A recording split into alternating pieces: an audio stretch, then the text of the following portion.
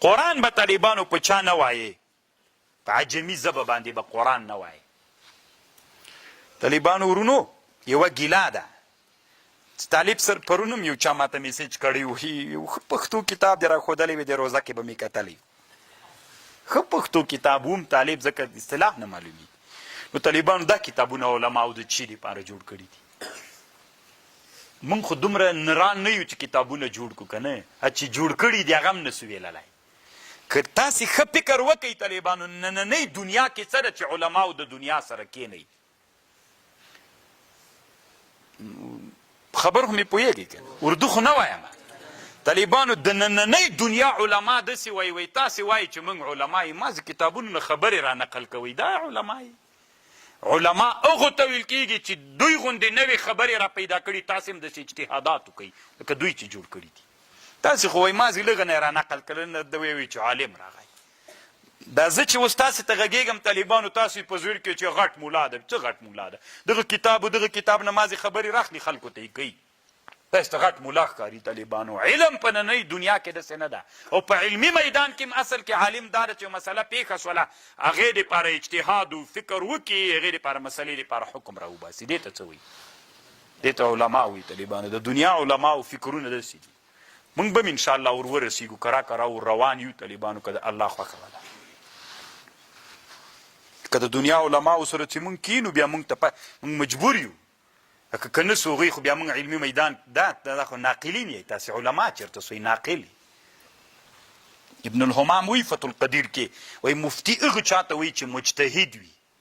څوک چې مجتهد نه وي له کتابونو نه مسله پیښه سوله، وایي په شامي کې داسې لیکلي، دا مفتي نه ده، شامي نه یې راواخیستله. اوس خو له شامي هم لا پې نه پوهېږي، پښتو کتاب کې لیکلي چې حواله یې پرې ورکړه، نو دی ناقل دی. ابن الحمام وایي دا بیخي مفتي ته باید ونه ویل سي. ابن الحمام وایي فتح القدیر کې وي دا مفتي باید څوک مجتهد مسله خپله پیدا کړي، که کتاب کې نه وم دی دومره قوت ولري الله داسې ملکه ورکړي را پیدا یې خپل استنباط د قواعدو د احنافو د قرآن و حدیث کې مسله را مستنبط کړي.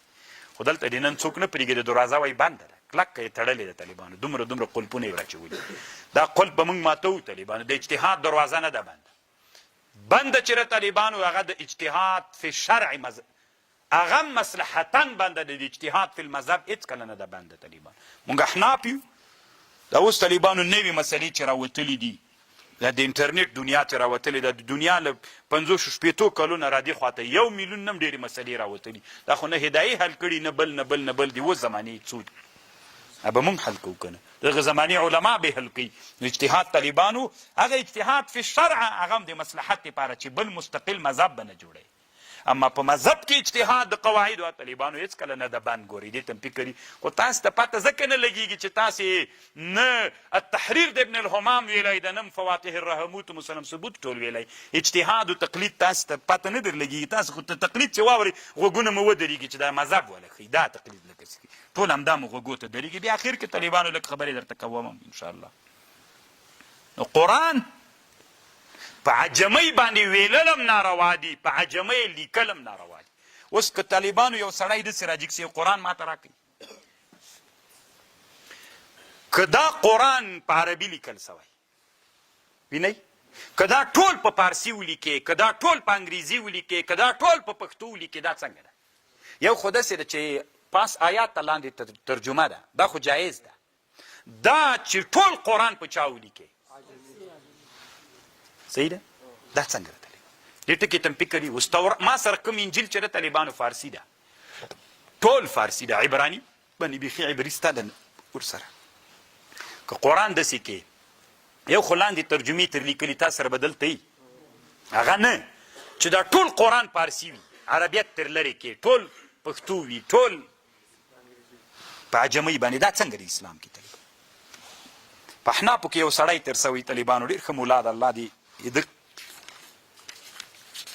قبر له چا نه ډک کي. امام ابو الاخلاص حسن ابن عمار الشرنبلالي الوفائي المصري الحنفي، تاسې نوم اورېدلی که نه؟ نورالزاحي مشهور کتاب د یو کتاب جوړ کړی النفحة القدسية في احکام قراءة القرآن وکتابته بالفارسية. دې طالبانو د 4 مذاهبو فتوا په دې نقل کوي چې دا ناروا ده، دا جایز نه ده. دوی تقریبا اجماع د امت راغلی. دا طالبانو ناروا ده، ناجایزه ده، شرعاً جواز لري. د ما په یاد د تاسې به طالبانو ځکه تاسې درد نه لرئ طالبانو، د ما دا درد طالبانو الله د وړکیتوب نه پیدا کړی. کله چې امریکایي اشغال افغانستان ته راغی یو سړی و قرآن یې ټول په فارسي باندې لیکلی و، بیا ډېره غوغا افغانستان کې جوړه سوله، د دغې مسلې خلاف یې کړی.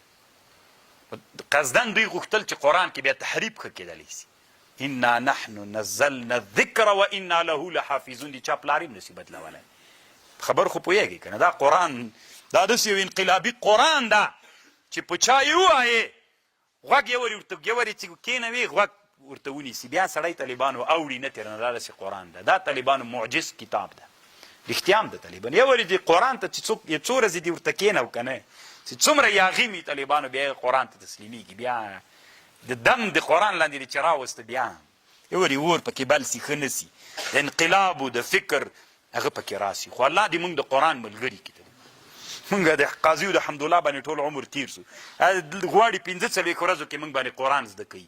دا قاضیو حمدالله باندې 8 کاله طالبان، ما چې کم کال تکمله کوله داسې طالبان را سره و 8 کال یو، په هغه کال یې هغه ویلې څه ورته وایي قاضي مبارکه نه وه دا بله صدرا،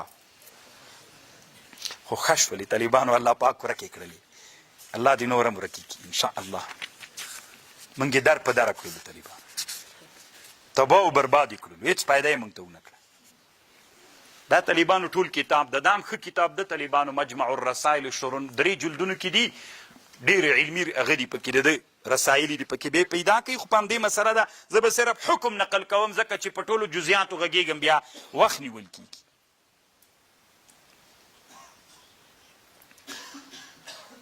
او یوه مسله طالبانو بله دا ده چې قرآن داسې ویلل څنګه ده، لږ له دې جنه راواخله، لږ له دې جنه، لږ له دې جنه، په یو مجلس کې دا قرآن ووایه، دا څنګه ده؟